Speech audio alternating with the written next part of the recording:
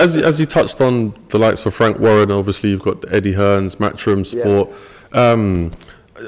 Are you in a position where you're going to go with one of these promotion companies, or do you promote yourself, or how does your promotion work? I'm not signed. I've not got a signed contract with a promotional governing body. I'm Dennis Hobson, AJ Hobson. To start with, let's go back to the beginning. Glyn Rhodes started promoting me because I didn't have a promoter. So he used his own money to put shows on, to get fighters like me on. He weren't earning nothing. He was probably losing on these shows just to get me out there. Yeah. And then AJ Hobson jumped on board and become a friend of mine as well. He was promoting me, using his own money again. Got me the Central Area title. Now Dennis Hobson is working with us, getting us on shows, putting shows on and getting me on them. But I'd love to get on a big TV show to showcase my skills and show what I'm about as the home fight. Because as you watched against the fight against Tommy Langford, I lost that fight on a split decision. I lost on a Frank Warren show against a Frank Warren fighter. I lost by a split decision. So I'm just saying that shows that tells a story in itself, doesn't it? You know. And I lost that fight, and I don't think Tommy Langford beat me. I lost that fight. I didn't really switch on till halfway through. I didn't really believe in myself enough.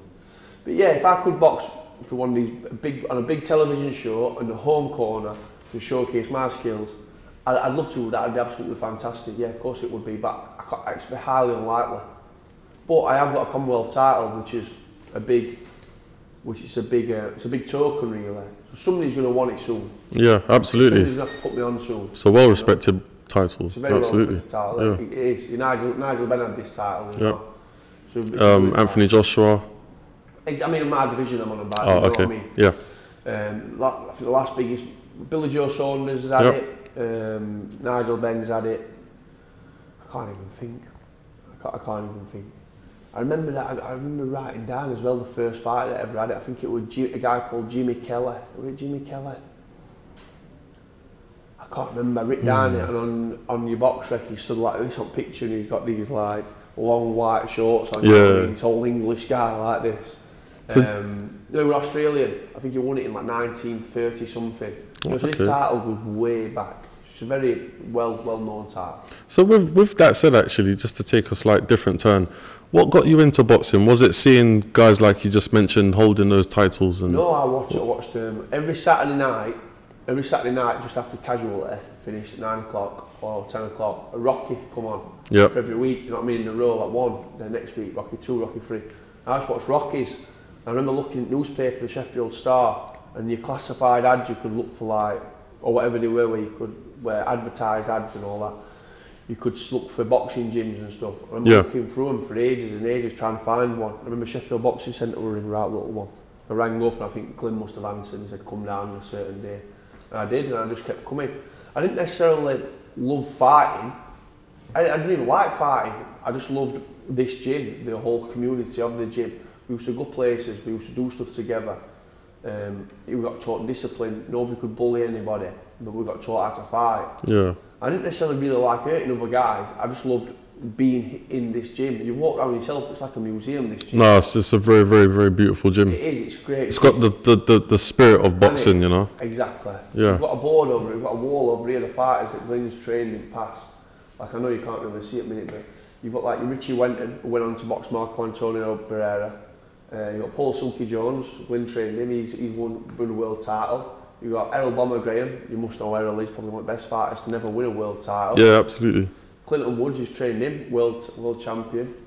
He's trained a fighter called Sam Sheedy, who won Central Area in the Commonwealth title.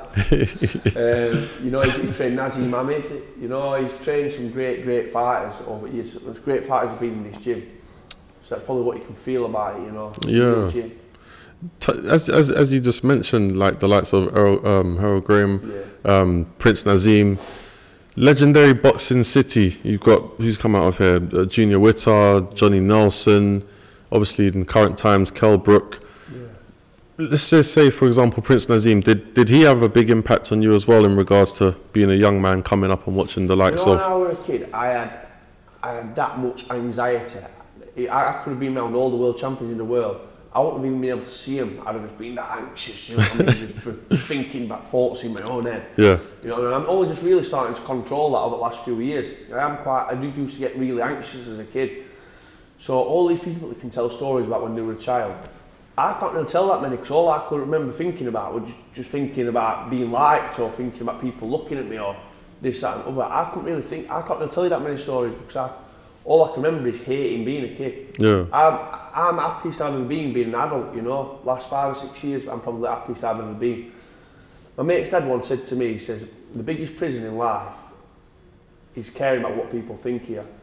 And then I thought about it a little bit, but then I thought, what, like, so don't care if people see you spit or swear or be sexist or racist or this. He goes, no, I don't mean that. I mean, keep all your morals, keep a good standard of who you are, but after you've got that locked down, then whatever anybody thinks then is irrelevant, because what other people think of you is none of your business, you know. So if you go around trying to make everybody like you, like you're doing, because he could see this, all you're going to do is time's going to fly you by. This barbecue you're at now, you're not even able to remember it, because all you're going to worry about is what people think of you. So ever since he said that to me, I stopped caring 90% about what people did think of me. I've got on with my life so much better. Yeah. You can actually get on with it, enjoy it, rather than constantly worrying about what everybody's thinking about you, you know. So yeah, being around like Naseem Ahmed, I can barely remember it. I remember speaking to him a little bit, but I can't remember what it made me feel or anything now. Yeah. But ask me how, like, being at my press conferences with Tommy Langford, stuff like that, being around like your Liam Williamses, who else were there? There were some good fighters there anyway, even meeting Frank Warren and stuff like that. I can remember all that, I can remember how it felt.